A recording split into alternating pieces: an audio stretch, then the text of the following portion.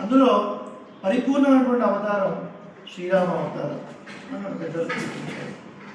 షాడ్పుణ్య పూర్తి కలిగి జ్ఞాన, శక్తి, బల, ఐశ్వర్య, వీర్య, తేజస్సు ఇవన్నీ కలిగి అవతరించినటువంటి ఒక అద్భుతమైన అవతారం. మానవ విడంబనంలో అంటే మనుషులు ఎట్లాగైతే ఉంటాడో అలాగే మానవుడిగా భూమిపైన అవతరించి ధర్మాన్ని కేవలం ఉపదేశం చేయడం కాదు, తను ఆచరించి చూపించినటువంటి ఒక అద్భుతమైనటువంటి అవతారం శ్రీరామ అవతారం. దశవర్ష సహస్రాణి 11,000 సంవత్సరాలు ఈ భూమండలం పైన అడిగాడు శ్రీరామచంద్రమూర్తి. ఈ భూమి అంతా ఎవరిది అంటే ఇక్ష్వాకు వంశం. ఇక్ష్వాకుణాం ఇయం భూమి అని మనకు చెప్తారు పెద్దలు. ఈ భూమి అంతా ఇక్ష్వాకు అదే. మరి ఈ రోజున కళ్యాణం చేసుకున్నాము. పుట్టినరోజు కళ్యాణం చేయడం ఏంటి? పుట్టినరోజున కళ్యాణం చేయడం ఏంటి? దీనికి ఏంటి ప్రమాణం? డౌట్ వచ్చిందా ఎప్పుడన్నా?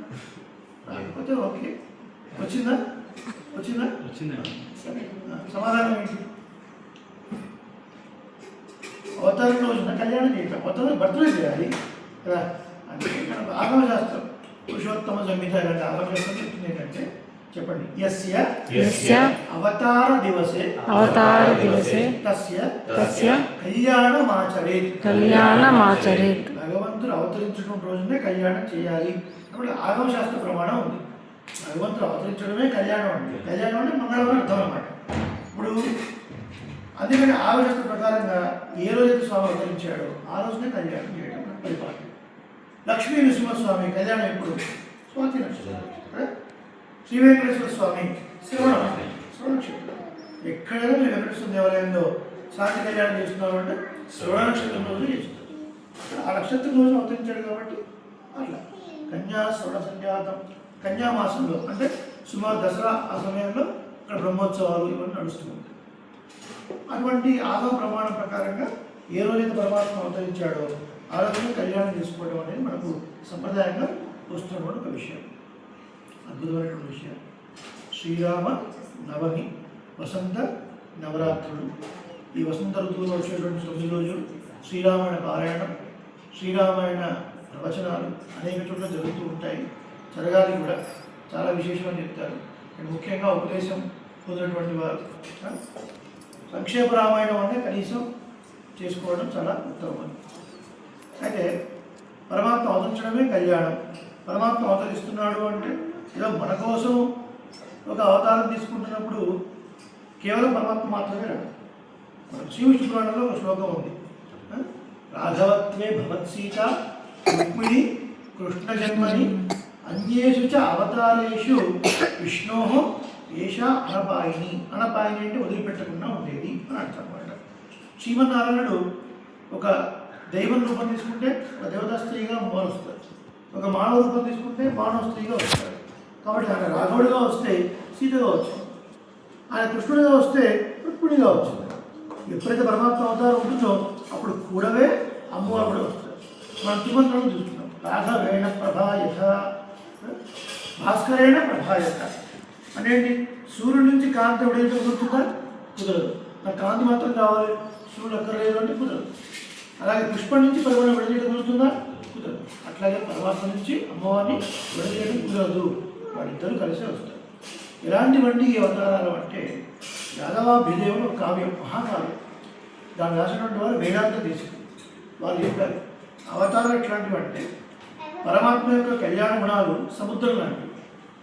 సముద్రం లాంటి కళ్యాణ గుణాలను మనం అనుభవించాలి అంటే సముద్రం మధ్యలో కూడా స్నానం చేయగలుగుతున్నాను అవకాశమే లేదు. ఆ బీచ్లో ఉండి అలలు వస్తూ ఉంటే అది మనం తాగుతూ వెళ్ళి ఆ అలల నీళ్ళే సముద్రం నీళ్ళే అలల రూపంలో వస్తుంది. అలలతోనే స్నానం చేస్తూ మనం గడిపినట్టుగా ఆనందపడ్డట్టుగా పరమపదంలో ఉండే శ్రీవైకుంఠుడి యొక్క కళ్యాణ గుణాలు మనకు తెలియాలి అంటే ఈ అలలు వచ్చి పోతున్నట్టుగా అవతారాలు వస్తున్నాయని చెప్తారు. దేశంలో చాలా అద్భుతమైన కంపారిజన్. అలలలో నీటిని మనం స్నానం చేసి తృప్తిపొందుతున్నట్టుగానే ఈ అవతారాలు మరి పరమాత్మ గుణాలు అనుభవించాలి అంటే ఏమిటండి? అవతారాలే ప్రధానం. ఆయన అవతారం తీసుకుంటేనే కదా మనకు ఆయన సౌలభ్యము, ఆయన సౌశీల్యము, ఆయన వాత్సల్యము మనకు తెలిసేది కదా. శ్రీరామ అవతారం గొప్ప సౌశీల్యం.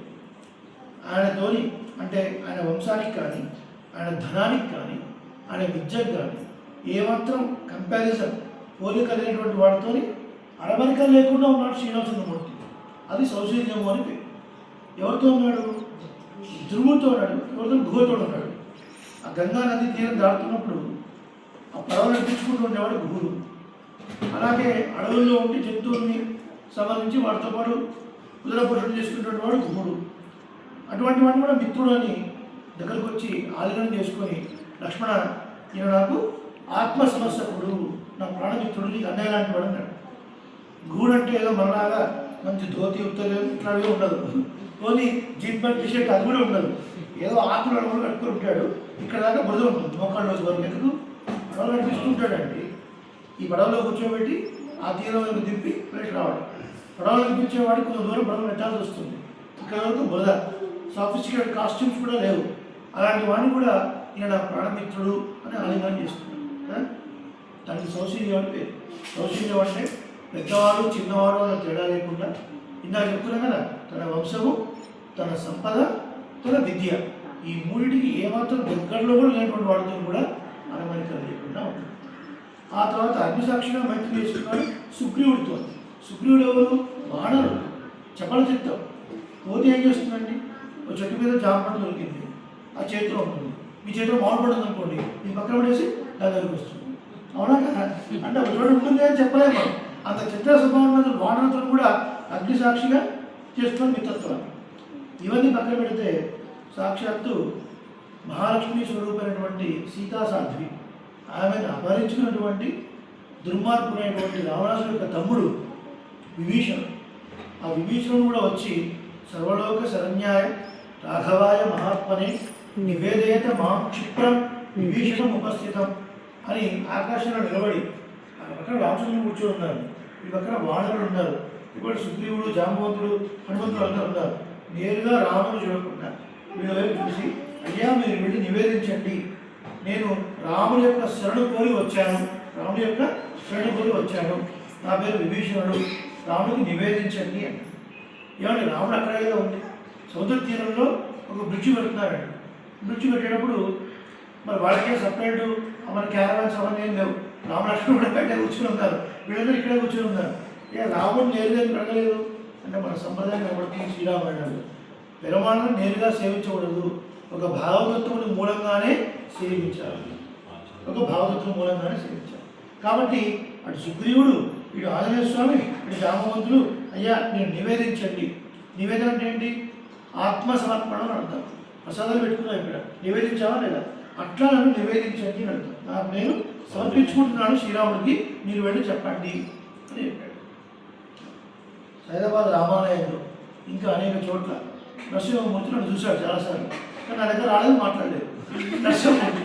ఎందుకంటే అంటే కేశవేకరణ పొందారు మా దగ్గర, వారి దగ్గర వచ్చి మా ఇంటికి వచ్చి పరిచయం చేస్తున్నారు అనమాట.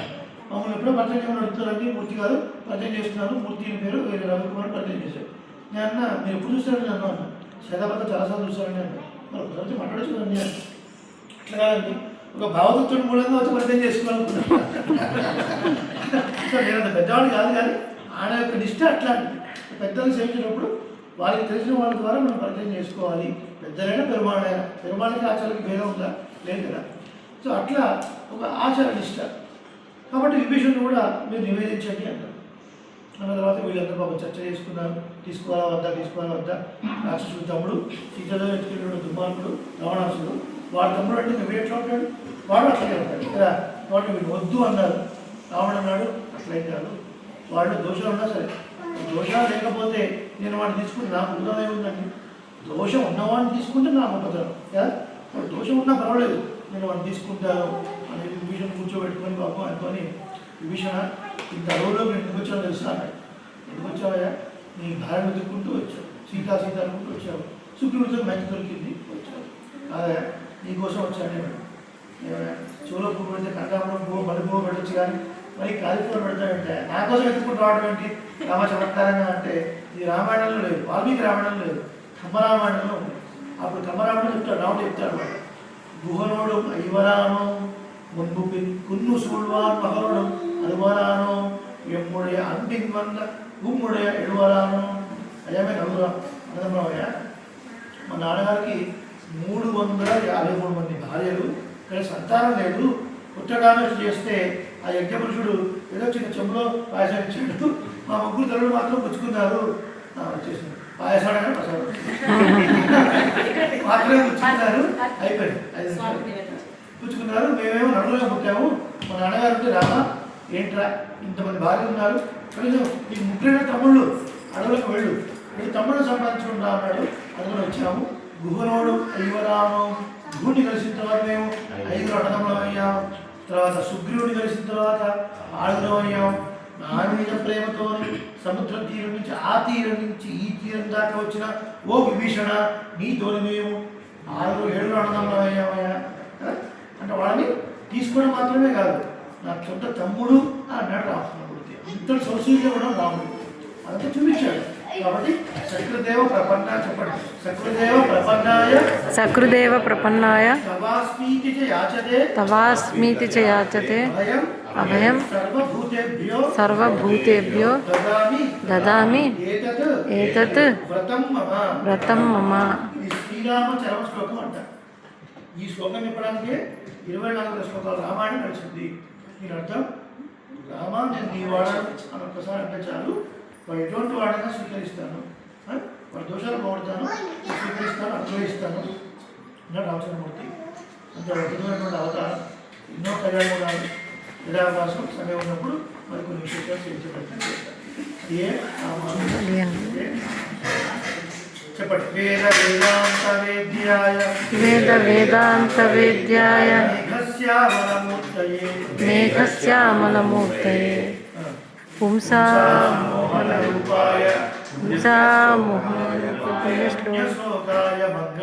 పుణ్యశ్లోకాయ మంగళం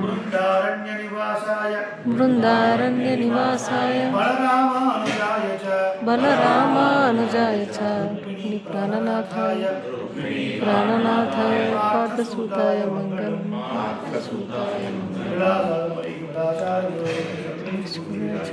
సత్యకాయ